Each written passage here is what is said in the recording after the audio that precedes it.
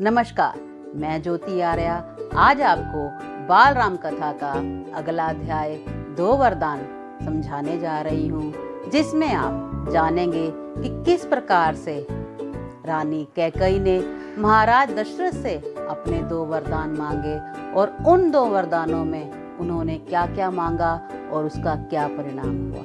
तो प्यारे बच्चों, आप इस पाठ में जो महत्वपूर्ण प्रश्न हैं जिन्हें रेखांकित किया जाता है उसे आप अपनी उत्तर पुस्तिका में भी लिखेंगे। बच्चों, अगर आपको मेरी बनाई हुई वीडियो पसंद आती है तो उसे लाइक, सब्सक्राइब और शेयर करना बिल्कुल भी ना भूलें। तो बच्चों, चलिए शुरू करते हैं बाल राम कथा का अगला अध्याय 2 वरदान। राजा दशरथ के मन में अब एक ही इच्छा बची थी, राम का राज्य अभिषेक। उन्हें युवराज का पद देना। अयोध्या लौटने के बाद से ही उन्होंने राम को राजकाज में शामिल करना शुरू कर दिया था। राम यह जिम्मेदारी अच्छी तरह से निभा रहे थे। उनकी विनम्रता, विद्वता और पराक्रम का लोहा सभी मानते थे। प्रजा उनको चाहती थी, दरबार के लिए तो वह प्राणों से प्यारे थे ही। दरबार में राम का सम्मान निरंतर बढ़ रहा था। बच्चों, जैसे आप जानते हैं कि हम पहले हर एक पहरे को पढ़ते हैं, समझते हैं और अगर उसमें महत्वपूर्ण प्रश्न होता है तो उसे रेखांकित भी करते हैं। तो बच्चों, इस पहरे में हमने पढ़ा कि राम के विवाह के पश्चात जब अयोध्या में सब लोग खुशियां मना रहे थे तो अब राजा दशरथ के मन में एक और इच्छा जागृत हो गई और वो थी राम के राज्य अभिषेक को लेकर। और उन्होंने इसी संबंध में राम को राजसी कामकाज भी करने के लिए कह दिया था और जिसके कारण दरबार में और प्रजा में लोग उन्हें और भी अधिक स्नेह करने लगे थे। तो बच्चों, इस पहरे से हमारा महत्वपूर्ण प्रश्न बनता है, राजा दशरथ के मन में कैसी इच्छा बची थी? राजा दशरथ के मन में अब किसके राज्य अभिषेक की इच्छा थी? इसे ऐसे भी लिख सकते हैं, उत्तर को रेखांकित करेंगे। राजा दशरथ के मन में अब एक ही इच्छा बची थी, राम का राज्याभिषेक। हमारा पहला प्रश्न। दूसरा पहरा देखते हैं। राजा दशरथ वृद्ध हो चले थे। मुनि वशिष्ठ से विचार विमर्श करने के बाद एक दिन उन्होंने दरबार में कहा, मैंने लंबे समय तक राजकाज चलाया, जैसा बन पड़ा। अब मेरे अंग शिथिल हो गए हैं, मैं वृद्ध हो चला हूँ। मैं चाहता हूँ यह कार्यभार राम को सौंप दूँ। अगर आप सब सहमत हों तो राम को युवराज का पद दे दिया जाए। अगर आपकी राय इससे भिन्न है तो उस पर भी विचार करने को तैयार हूँ। अब दशरथ जी ने अपने दरबार में मुनि वशिष्ठ से विचार विमर्श किया और उनसे पूछा कि राम जिसे वो राजा बनाना चाहते हैं उससे संबंधित उनकी मन में कोई शंकाएं तो नहीं है। यह जानने के लिए उन्होंने मुनि वशिष्ठ से विचार विमर्श किया। सभा में तुम मूल ध्वनि से राजा दशरथ के प्रस्ताव का स्वागत किया। राम की जय जयकार होने लगी। दशरथ थोड़ी देर तक सुनते रहे। संतोष के साथ उन्होंने कहा, शुभ काम में देरी नहीं होनी चाहिए। मेरी इच्छा है राम का राज्याभिषेक कल सुबह कर दिया जाए। यह समाचार पलक झपकते पूरे नगर में फैल गया। हर जगह बस यही चर्चा थी। राज्य अभिषेक की तैयारियां शुरू हो गई। तो बच्चों, इस पहरे में आपने देखा कि जब विशिष्ट मुनि से और सभा में जितने भी लोग उपस्थित थे उन्होंने अपनी पूर्ण तीव्र ध्वनि से यानी पूर्ण सहर्ष रूप से अपनी स्वीकृति प्रदान कर दी और दशरथ जी ने क्या कहा, जब उन्हें स्वीकृति मिल गई सभी की, तो उन्होंने कहा कि मैं कल सुबह ही राम का राज्याभिषेक कर देना चाहता हूँ। यह सुनते ही पूरे नगर में यह समाचार आग की तरह फैल गया और राज्याभिषेक की तैयारियां शुरू हो गई। अगला पहरा। भरत और शत्रुघ्न उस समय अयोध्या नहीं थे, वह अपने नाना कैकई राज के यहाँ गए हुए थे।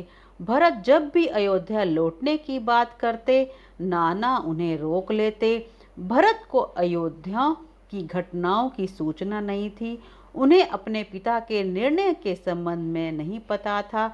यह जानकारी भी नहीं थी कि अगले दिन राम का राज्याभिषेक होने वाला है। कैकई से एक दिन में भरत और शत्रुघ्न का आना संभव नहीं था। तो बच्चों, इस प्यारे में आपने पढ़ा कि शत्रुघ्न और भरत उस समय अयोध्या नहीं थे और वह अपने नाना कैकई राज के यहाँ गए हुए थे, यानी वो अपने नैनीहाल गए हुए थे और उन्हें अयोध्या के बारे में कुछ भी नहीं पता था। यहाँ तक उन्हें राम के राज्याभिषेक की भी जानकारी नहीं थी। अगर उन्हें जानकारी मिलती भी तो एक दिन में अयोध्या पहुँचना बहुत ही मुश्किल था। तो बच्चों, इस प्यारे से हमारा महत्वपूर्ण प्रश्न बनता है, जो दो प्रकार से हो सकता है कि भरत और शत्रुघ्न के नाना का क्या नाम था, या भरत और शत्रुघ्न कहाँ गए हुए थे। तो हमारा उत्तर बनता है भरत और शत्रुघ्न अपने नाना कैकई राज के यहाँ गए हुए थे। ये बना हमारा दूसरा प्रश्न। चलिए आगे देखते हैं। राजा दशरथ ने इस संबंध में राम से चर्चा की, कहा कि भरत यहाँ नहीं है, पर मैं चाहता हूँ राज्याभिषेक का कार्यक्रम ना रोका जाए। उन्होंने राम से कहा, जनता ने तुम्हें अपना राजा चुना है, तुम राजधर्म का पालन करना, कुल की मर्यादा की रक्षा अब तुम्हारे हाथ में है। राज्याभिषेक की तैयारियां रानी कैकई की दासी ने भी देखी। मंथरा ने शुरू में उसे उस चहल पहल का कारण समझ नहीं आया, उसने इसे कोई अन्य अनुष्ठान समझा। इतनी रौनक, ऐसी सजावट, ऐसा कुछ उसने अन्य अनुष्ठानों में नहीं देखा था। उसे अचंभा हुआ। फिर उसने रानी कौशल्या की दासी से पूछा, तब उसे पता लगा कि कल राम का राज्याभिषेक होने वाला है, यह उत्सव उसी के लिए है। तो बच्चों, इस पहरे में आपने पढ़ा कि राजा दशरथ ने राम से भी अनुरोध किया एक प्रकार से कि भरत शत्रुघ्न यहाँ नहीं है, परंतु मैं तुम्हारा कल ही राज्याभिषेक करना चाहता हूँ और तुम्हें कुल की मर्यादा का ध्यान रखते हुए अपना राज्याभिषेक कराना चाहिए। और ये बात और ऐसी तैयारियों को देखकर रानी कैकई की दासी जो मंथरा थी, उसे बड़ा अचंभा हुआ कि ये तैयारियां किस प्रकार के लिए हो रही हैं, किसके लिए हो रही हैं। जब उसे रानी कौशल्या की दासी से पता चला कि कल राम का राज्याभिषेक होने वाला है और यह उत्सव उसी के लिए हो रहा है, तो वह बहुत ही हैरान हो गई। तो बच्चों, इस पैरे से हमारा प्रश्न बनता है, रानी कैकई की दासी का क्या नाम था। रानी कैकई की दासी का क्या नाम था? तो उत्तर है रानी कैकई की दासी मंथरा थी। ये हमारा बना प्रश्न 3। आगे देखिए, मंथरा जल भुन गई। राम का राज्याभिषेक उसे षड्यंत्र लगा कैकई के विरुद्ध। वह कैकई की दासी थी। बचपन से कैकई का हित उसके लिए सर्वोपरि था। मंथरा उसे अपना हित मानती थी। वह कैकई की मुंह लगी थी। रानी कैकई भी उसे बहुत मानती थी। क्रोध से आग बबूला मंथरा रानी वास की ओर भागी। सीधे कैकई के कक्ष में वह हाफ रही थी। क्रोध से चेहरा लाल था। भागने के कारण सांस उखड़ रही थी। उसने रानी कैकई को सोते हुए देखा। तो बच्चों, इस पहरे में आपने देखा, जैसे ही मंथरा को राम के राज्याभिषेक का पता लगा तो वह बहुत ही क्रोधित हो गई। उसे लगा कि ये उसकी प्रिय रानी कैकेयी के विरुद्ध कोई षड्यंत्र रचा जा रहा है। तो वो भागते हुए अपनी रानी के पास गई वह समाचार सुनाने के लिए। तो बच्चों, अगला पहरा। किसी तरह स्वयं को संभालते हुए मंत्रा ने कहा, अरे मूर्ख रानी, उठ, तेरे ऊपर भयानक विपदा आने वाली है। यह समय सोने का नहीं है, होश में आओ, विपत्ति का पहाड़ टूटे इससे पहले जाग जाओ। रानी कैकेयी नींद से चौंक कर उठी। उन्हें मंत्रा की बात समझ में नहीं आई। बात क्या है, तुम इतनी घबराई क्यों हो? सब कुशल तो है? उन्होंने पूछा। कैसा कुशल, कैसा मंगल, सब अमंगल होने वाला है। तुम्हारे सुखों का अंत। महाराज दशरथ ने कल राम का राज्याभिषेक करने का निर्णय लिया है। अब राम युवराज होंगे। तो बच्चों, इस पैरे में आपने पढ़ा कि किस प्रकार से रानी मंथरा अपनी रानी को भड़काते हुए उसे और अधिक जलाते हुए कहने लगी कि राम का राज्याभिषेक होने वाला है और उसे किसी प्रकार की चिंता नहीं है।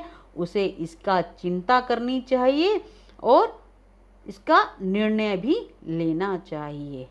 तो रानी कैकेयी ने क्या कहा? यह तो बहुत शुभ समाचार है। रानी ने प्रसन्नता से अपने गले का हार उतारकर मंथरा को दे दिया। मैं बहुत प्रसन्न हूँ। राम युवराज पद के लिए हर तरह से योग्य है।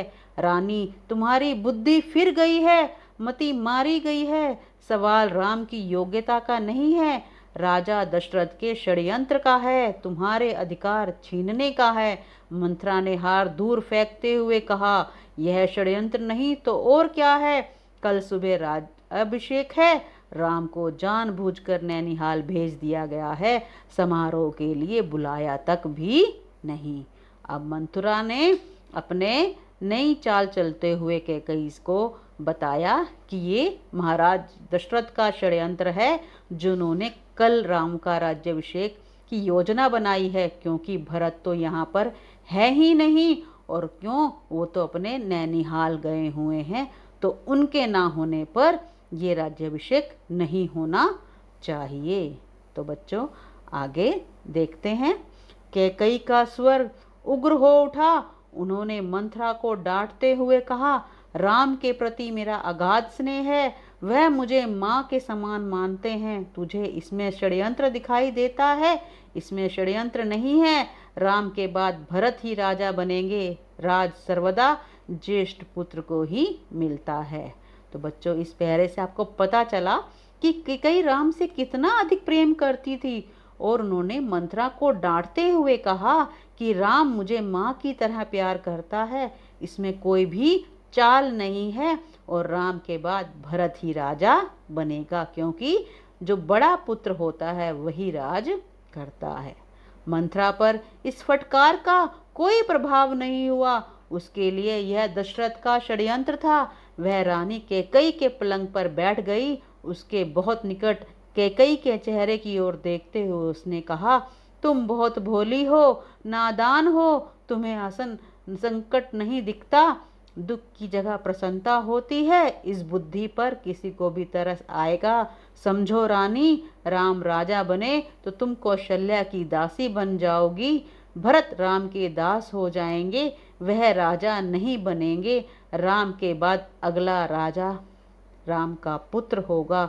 अनर्थ को अर्थ समझने की मूर्खता मत करो। रानी, तुमको राज मिला तो वे भरत को देश निकाला दे देंगे, वे भरत को दंड देंगे। इस तिरस्कार से भरत की रक्षा करो। रानी, कोई ऐसा उपाय करो कि राजगद्दी भरत को मिले और राम को जंगल भेज दिया जाए। तो बच्चों, इस पहरे में आपने समझा कि किस प्रकार से मंथरा कैकेयी को तरह तरह के उपाय देने लगी और समझाने लगी कि राम के राजा बनने से केवल उसका अहित ही होने वाला है, उसे कोई भी लाभ नहीं होगा।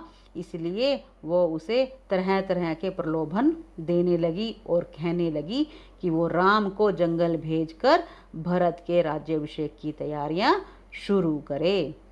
कैकेयी पर मंथरा की बातों का असर होने लगा। उनका सिर चकरा गया। वह पलंग से उठी तो पांव सीधे नहीं पड़े, आंखों में आंसू थे, मन भारी हो गया। प्रसन्नता की जगह अव्यक्त क्रोध ने ले ली। मंत्रा के तर्कों में उन्हें सच्चाई दिखने लगी। तुम ही बताओ मैं क्या करूं? कैकई आंसू पोंछते हुए मंत्रा से कहा। अब इतनी देर से बात करने पर मंत्रा की बातों का भी कैकई पर असर होने लगा। तो कैकई ने सुन लिया, समझ लिया कि राम के राजा बनने पर वो कौशल्या की दासी बन जाएगी और हो सकता है भरत को जंगल भी भेज दिया जाए। तो माँ का जो दिल था वो अब सोचने पर मजबूर हो गया और वो मंत्रा से अब सलाह करने लगी कि आगे क्या किया जाए। मंत्रा पलंग से उठी, कैकई के पास जाकर खड़ी हो गई। उसने कहा, याद करो रानी, महाराज दशरथ ने तुम्हें 2 वरदान दिए थे। दशरथ से अपना वचन पूरा करने को कहो। एक में भरत के लिए राजगद्दी मांग लो, दूसरे में राम को 14 वर्ष का वनवास। तो मंत्रा ने अब रानी को सलाह दी और उसे याद दिलाया कि महाराज दशरथ ने कभी उसे 2 वरदान दिए थे। अब वो 2 वरदान मांगने का समय आ गया है और उन 2 वरदानों में से एक में भरत के लिए राजगद्दी मांग लो और दूसरे में राम को 14 वर्ष का वनवास मांग लो। तो बच्चों, इस पैरे से हमारे 2 महत्वपूर्ण प्रश्न बनते हैं। पहला, महाराज दशरथ ने कैकई को कितने वरदान दिए थे? महाराज दशरथ ने कैकई को कितने वरदान दिए थे? उत्तर को रेखांकित करें। महाराज दशरथ ने कैकई को 2 वरदान दिए थे। ये बना हमारा चौथा प्रश्न। पांचवा प्रश्न, कैकई ने उन 2 वरदानों में दशरथ से क्या मांगा? कैकई ने अपने दोनों वरदानों में महाराज दशरथ से क्या मांगा? उत्तर को रेखांकित करेंगे। कैकई ने एक से भरत के लिए राजगद्दी और दूसरे से राम को 14 वर्ष का वनवास मांगा। तो बच्चों, ये हमारा 5वां प्रश्न बनता है। आगे देखिए, कैकई का चेहरा तमतमाया हुआ था। उन्हें मंत्रा की बात ठीक लगी। उनके मन में एक प्रश्न अब भी था, यह बात दशरथ से कैसे कहें?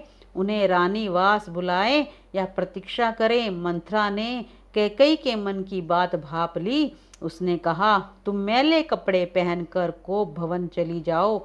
महाराज दशरथ आए तो उनकी ओर मत देखो, बात मत करो। तुम उनकी प्रिय रानी हो, तुम्हारा दुख देख नहीं पाएंगे। बस इसी समय तुम उन्हें पिछली बात याद दिलाना और दोनों वचन मांग लेना। अब मंत्रा ने उन्हें और सलाह दी कि किस प्रकार से राजा दशरथ से अपनी बात मनवानी है।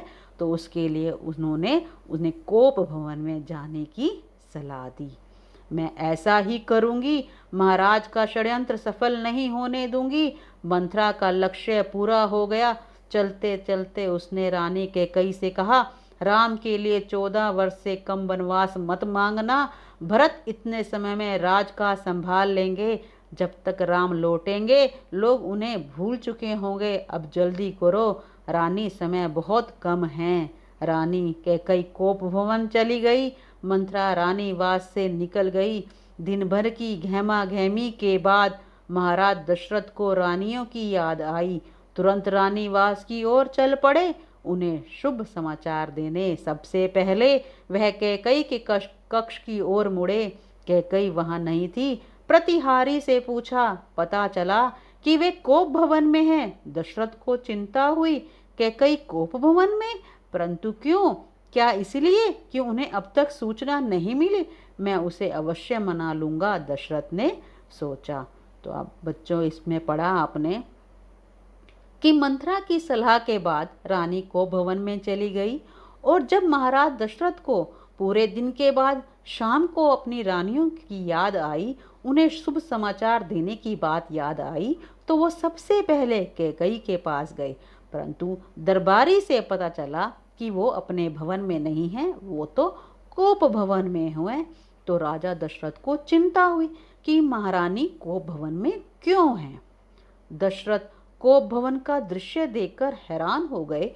उन्हें कुछ समझ नहीं आया। कैकई जमीन पर लेटी थी, बाल बिखरे थे, गहने कक्ष में बिखरे हुए कपड़े मैले। तो कोप भवन का दृश्य देखकर दशरथ जी बड़े हैरान हो गए, क्योंकि रानी कैकई जमीन पर लेटी हुई थी और उनकी दशा बहुत ही खराब थी। तो बच्चों, इस पैरे से हमारा प्रश्न बनता है, दशरथ किस भवन का दृश्य देखकर हैरान रह गए थे? दशरथ किस भवन का दृश्य देखकर हैरान हो गए थे? उत्तर को रेखांकित करेंगे। दशरथ कोप भवन का दृश्य देखकर हैरान रह गए थे। तो बच्चों, ये हमारा बना अगला महत्वपूर्ण प्रश्न। तुम्हें क्या दुख है? क्या हुआ है तुम्हें? मुझे बताओ। अस्वस्थ हो? राजवैद्य को बुलाऊं? दशरथ ने कई सवाल पूछे, कोई उत्तर नहीं मिला। कैकई रोती रही। तुम मेरी सबसे प्रिय रानी हो, तुम्हें प्रसन्न देखना चाहता हूँ, तुम्हारी खुशी के लिए मैं कुछ भी कर सकता हूँ, कुछ भी, धरती आसमान एक कर सकता हूँ। दशरथ ने कैकई को मनाने का बहुत प्रयास किया, उत्तर उन्हें फिर भी नहीं मिला। जब दशरथ ने ऐसी दशा कैकई की देखी तो उसे मनाने का प्रयास करने लगे। दशरथ भी भूमि पर बैठ गए, विनती करते रहे, हाँ मैं बीमार हूँ। कैकई ने कहा, मैं अपनी बीमारी के संबंध में आपको बताऊंगी, लेकिन पहले आप मुझे वचन दें, मैं जो मांगू उसे पूरा करेंगे। राजा ने तत्काल हामी भर दी। कहा, मैं राम की सौगंध खाकर कहता हूँ, तुम्हारी हर इच्छा पूरी करूँगा। तो अब कैकई ने अपनी चाल चलते हुए दशरथ से कहा कि मैं तभी बात बताऊंगी जब वो उसे वचन दें कि जो भी वो कहेंगी उसे महाराज दशरथ पूरा करेंगे। तो राजा ने भी तुरंत सौगंध राम की खाई और उन्हें वो वचन दे दिया। महाराज दशरथ ने राम की सौगंध ली तो कैकई उठकर बैठ गई। आप मुझे वे 2 वरदान दीजिए जिनका संकल्प आपने वर्षों पहले रणभूमि में लिया था। महाराज दशरथ ने हामी भरी। कल सुबह राज्याभिषेक भरत का हो, राम का नहीं। कैकई ने कहा। दशरथ भौचक रह गए, उन पर वज्रपात सा हुआ। थोड़ी देर रुककर कैकई बोली, राम को 14 वर्ष का वनवास हो।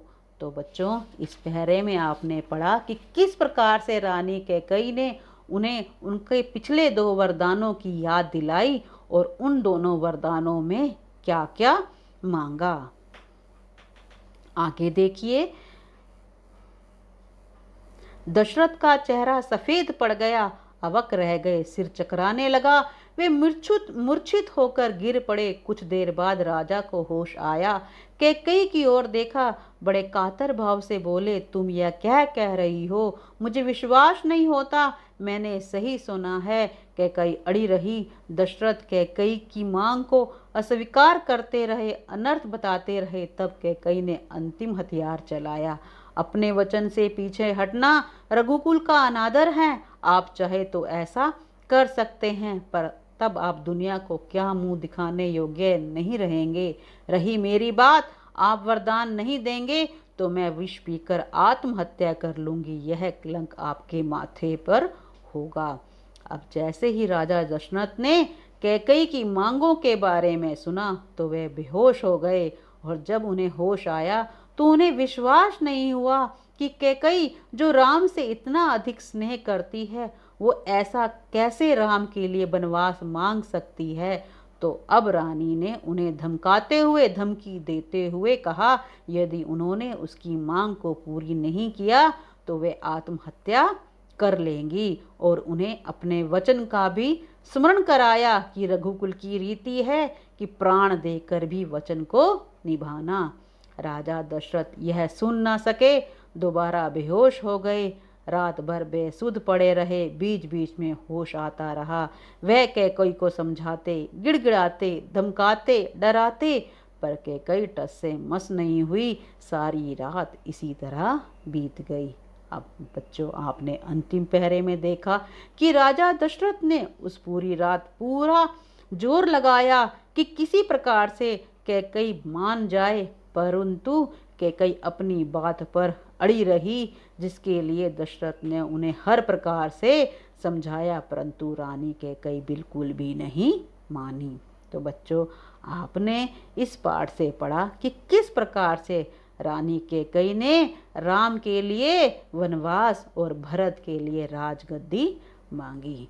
तो बच्चों, आज के लिए इतना ही। धन्यवाद।